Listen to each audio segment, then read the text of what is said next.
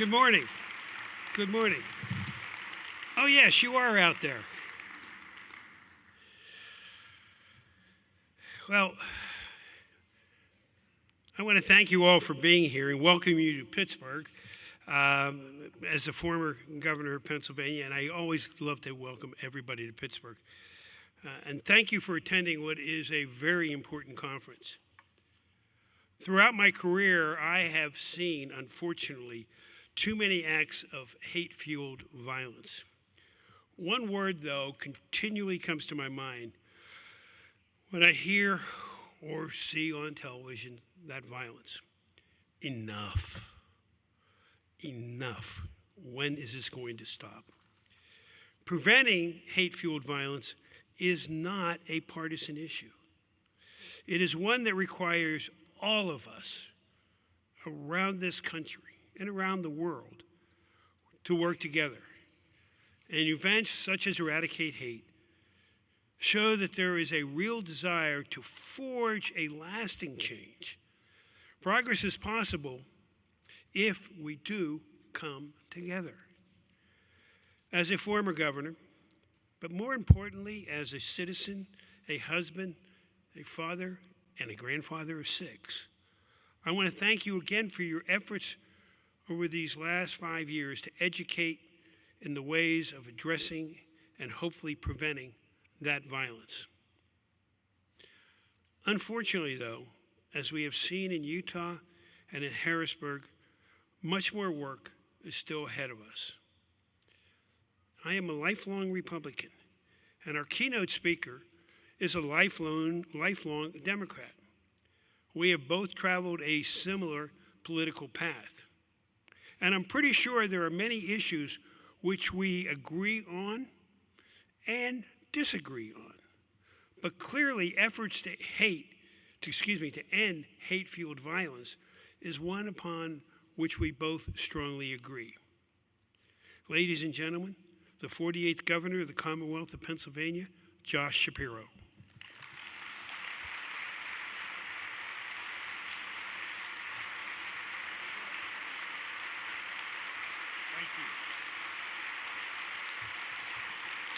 Thank you.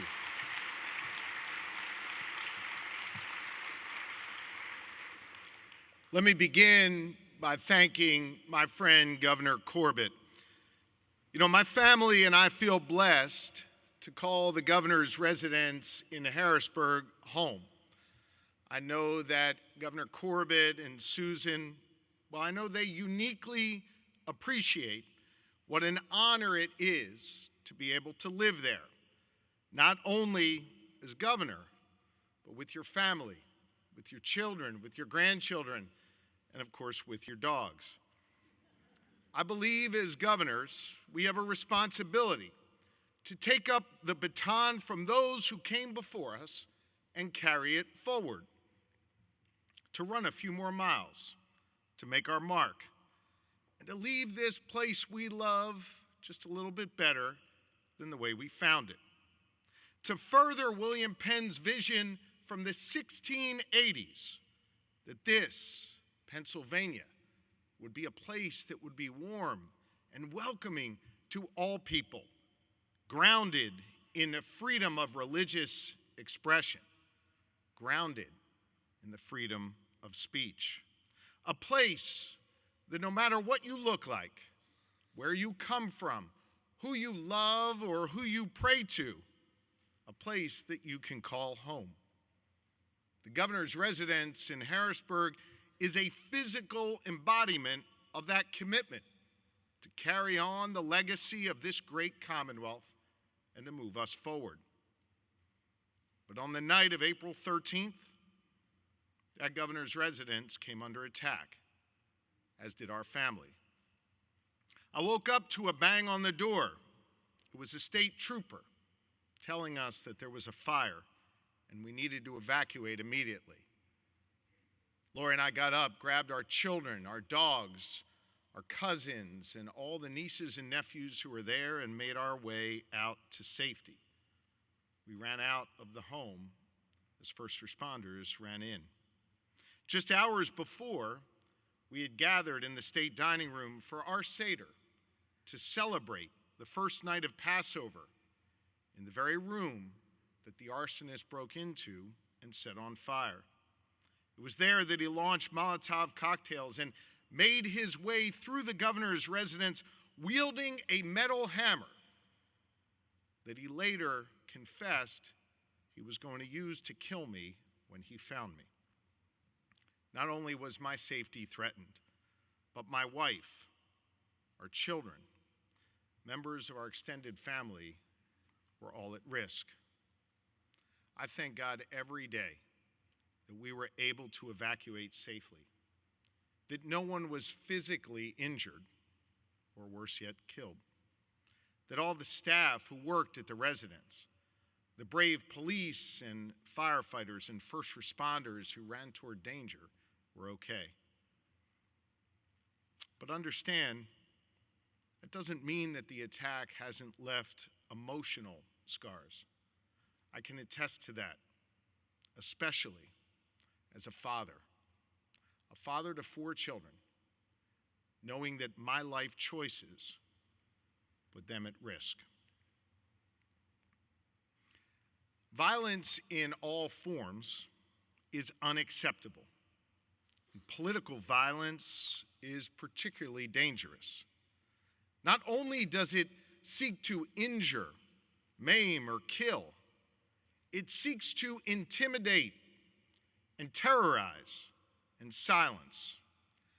I'm here today to tell you that I will not be deterred in my work on behalf of the good people of Pennsylvania, and I sure as heck will not be silenced.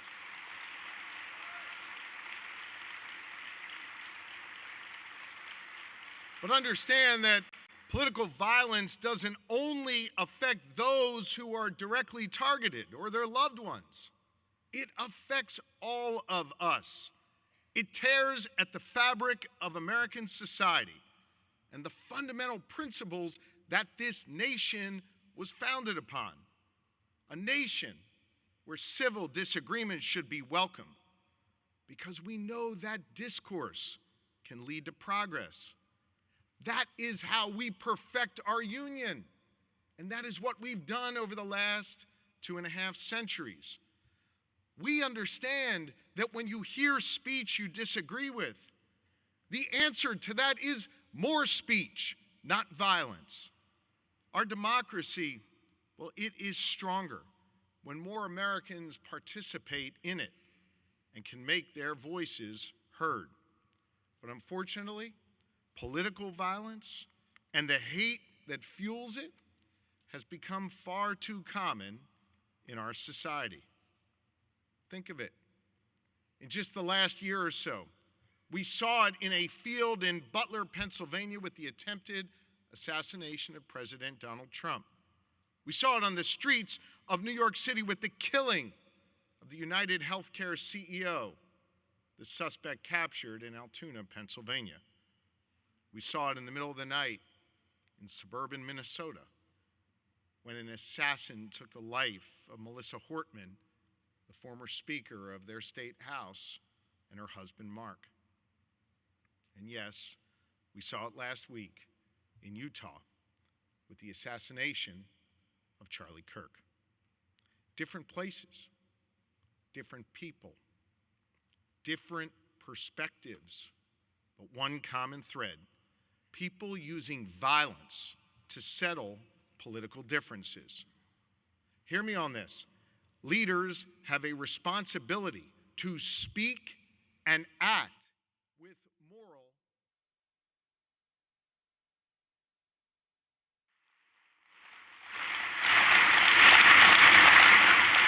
And as I have made clear, each and every time, this type of violence has no place in our society, regardless of what motivates it or who pulls the trigger, who throws the Molotov cocktail, or who wields the weapon. It doesn't matter if it's coming from one side or from the other, directed at one party or another, one person or another. It is all wrong, and it makes us all less safe.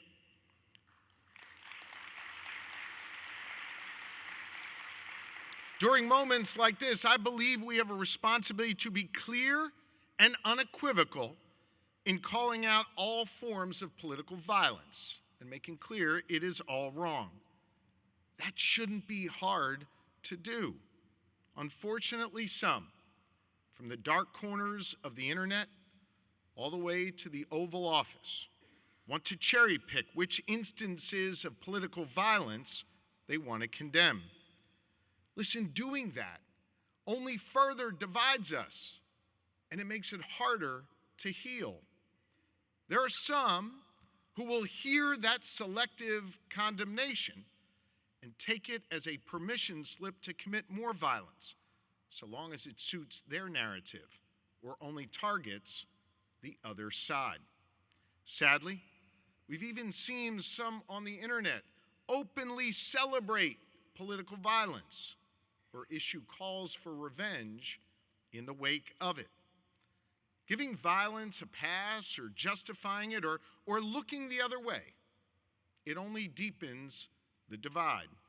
Let me be clear, violence is never okay, regardless of the motivation. Violence is never the answer. And we cannot allow violence to be used as a pretext for more violence. We must reject the rhetoric of vengeance and instead focus, as you are today, on the work of healing. We need to create more opportunities for peaceful and respectful dialogue, respecting each other's fundamental rights as Americans.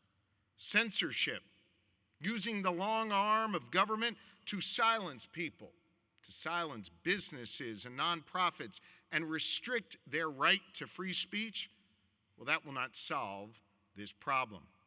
Prosecuting constitutionally protected speech will only further erode our freedoms and deepen the mistrust. That is un-American. There is a better way. There is a better way. And that better way is the Pennsylvania way. In Pennsylvania, we have shown a path forward. This gathering is an example of that. After the attack on the governor's residence, I want you to know our family was lifted up by the prayers and blessings and messages of support that we received in the wake of that traumatic event. Those prayers wrapped around us and protected us. I am a prayerful person. I pray every day. But I can tell you, I never felt the strength of other people's prayers being put on me until that moment. Every living former governor and first family reached out to express their horror, to check in on us, to pray for us, and to ask what they could do for us. So my wife, Lori, our First Lady, and I invited them to the residence to rededicate ourselves to upholding our Commonwealth's foundational values and to pledge our shared commitment to the residence's future as a place of community and as a place of resilience. Governors Wolf and Corbett, Rendell, Schweiker, and Ridge, they were all there with our former First Ladies, as were members of the Thornburg and Casey families. You know who else was there? Laura Ellsworth was there, the co-founder of this summit. She asked me that evening to be here with all of you today, and I'm grateful for this invitation to speak to you, and I'm thankful to her for her strength and her leadership. More than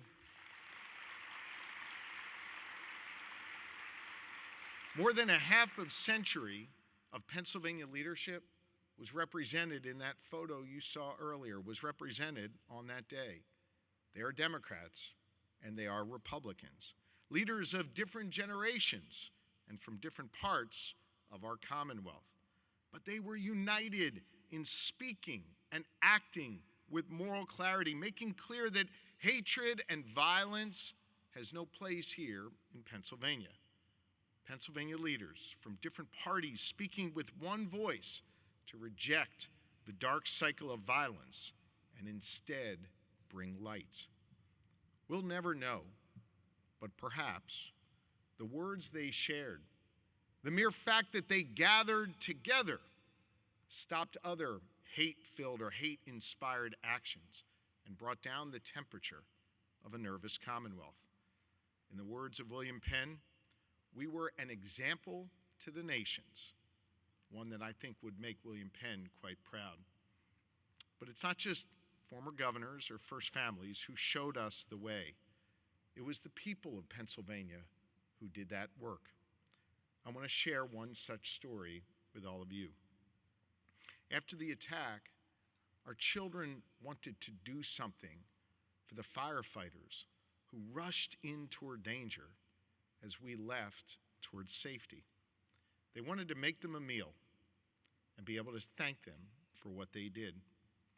We served lunch to the firefighters from Harrisburg Fire Company and the area companies that responded to try and make sure we were safe. And after we served them lunch and made a point to shake the hands of each of the firefighters and get to know them, an elderly man named John Wordle, an 82-year-old Christian chaplain from the North Penn Township Fire Department, came up to Lori and me and gave us a letter signed by each member of their department. He then asked me to turn the letter over, this beautifully typewritten letter signed by every member of the fire department. He asked me to turn it over, and I did. And on the back was his handwriting. And he said to me that he wrote a prayer that was most important to him in his life on the back and wanted me to have it. It's from the book of Numbers, chapter 6. The Lord bless you and keep you, he wrote. The Lord make his face shine upon you and be gracious to you. The Lord turn his face toward you and give you peace. I wept when I read that prayer that he wrote. I called Lori over, and we embraced this 82-year-old chaplain. It was a prayer, of course, of comfort, a prayer to make sure that we are watched over by God, and a prayer known to me as the priestly blessing. What you may not know, and what Chaplain Wordle certainly did not know, is that it's also the prayer I recite over our 4 children nightly. Simech Elohim k'Ephraim v'hi Menashe, v'rech Adonai v'yishmerecha, Ya'er Adonai panav elecha v'chunecha, Yisa Adonai panav elecha v'yasem lecha shalom. I put my hands on my children's head when I say that each night.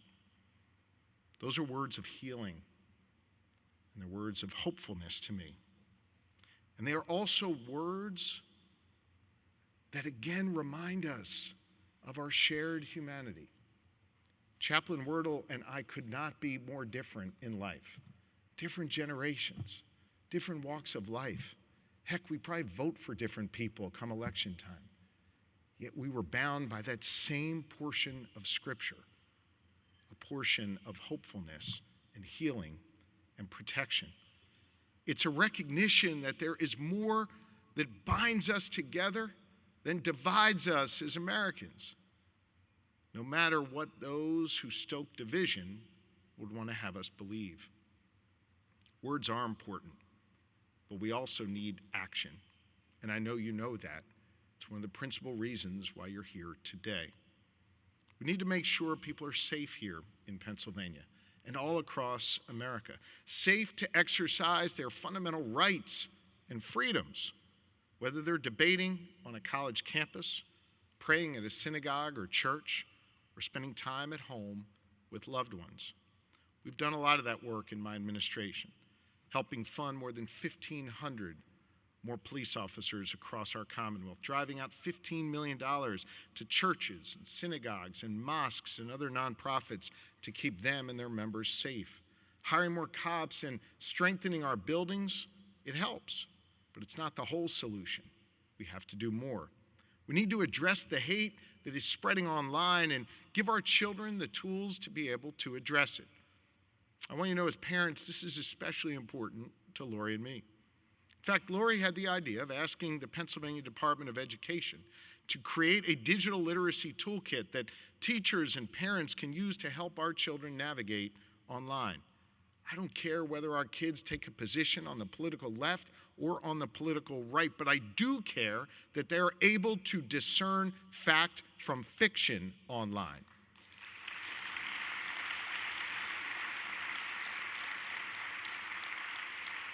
But despite that meaningful progress that we are making here in Pennsylvania, there's a deeper issue at the root of this dangerous rise of political violence. Too many people don't believe that our institutions and the people in them can solve problems anymore. They feel alone, ignored, shut out by a government that isn't working for them.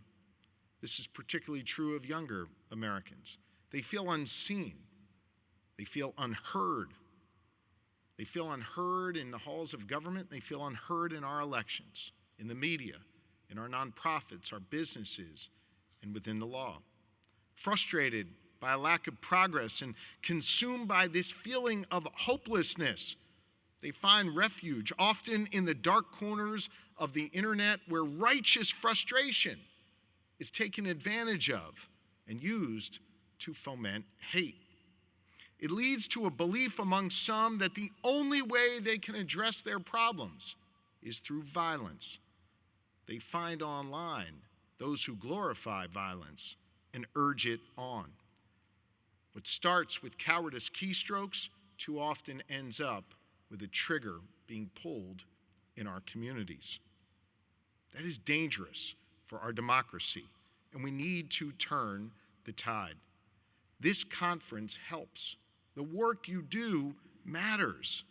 I so appreciate people like Laura and my friend Chancellor Mark Nordenberg, who do this work not just during a conference, but every single day of the year.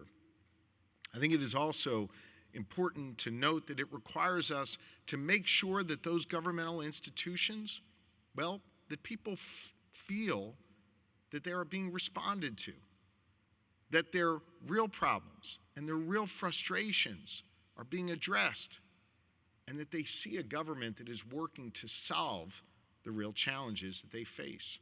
As leaders in this Commonwealth and across the country, I think we need to listen more, and we need to act faster. We must get stuff done and restore people's faith that government can be a force for good in their lives. That's what we're trying to do here in Pennsylvania. Let me just give you a few concrete examples. Follow me on this.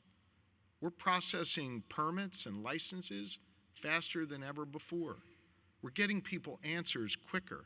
We're making historic investments in education. We're delivering free breakfast so kids don't have to learn on empty stomachs, delivering mental health supports for our school children. We're giving kids access to VOTEC classes at a rate never seen before. We're creating economic opportunity on our main streets all the way out to our farmlands. We're building a government that works for Pennsylvanians and gets stuff done. I think this is part of the critical work we need to do right now to show that it can work. Now listen, I realize getting your permit isn't going to end violence, but hear me on this. Maybe, just maybe, for the one time that person, that small business owner, that individual needs their government, that one time, they get an answer, and it's quick, and it's what they were looking for, and they walk away from that experience with just a little more faith that the system is there for them, that the system's not trying to hold them down, but actually is there to work for them. I think that's part of helping turn this tide, of repairing our institutions and showing that they can still work, that we can still get stuff done here in America. We can do big things. We can solve people's problems. We have to get stuff done. We have to be able to see our common humanity. We have to reject the forces that are trying to pull us apart in person and online. We need to get back to something that I learned right here in Pittsburgh, at the corner of Forbes and Murray, the night after 11 of our precious souls were taken from us while they prayed on Shabbat morning. When I joined hundreds of you and our neighbors coming together in that light, cool mist of that October evening, holding hands, locking arms, singing and praying together, comforting one another, declaring that night with one voice that we would not let hate or bigotry or anti-Semitism permeate or further infect this loving community. Jews and Christians, Muslims, black, white, Asian, Latino, we all stood together. We all declared that. A cross-section of the entire community was here, grieving together, but also finding strength in one another. It was the people here on those streets of Pittsburgh who proclaimed that night and continue to proclaim to this day that we are stronger than hate. We are stronger than hate.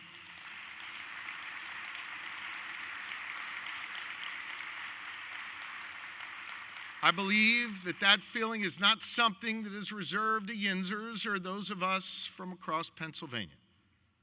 I believe that in America, we are stronger than hate. But I also believe in America that this work doesn't just fall to others. It falls to each and every one of us. I serve as your governor, and I'm committed to a life of public service because of how my family raised me and what my faith has taught me. My faith has taught me that no one is required to complete the task, but neither are we free to refrain from it. That means that each of us has a responsibility to get off the sidelines, get in the game, and do our part. I know you understand that. I know you feel that as well. One of our former neighbors in this community understood it as well when Fred Rogers once famously said, "Look for the helpers." I look around this room and I see all of you, the ones who show up, the ones who speak up, and the ones who stand up to hate.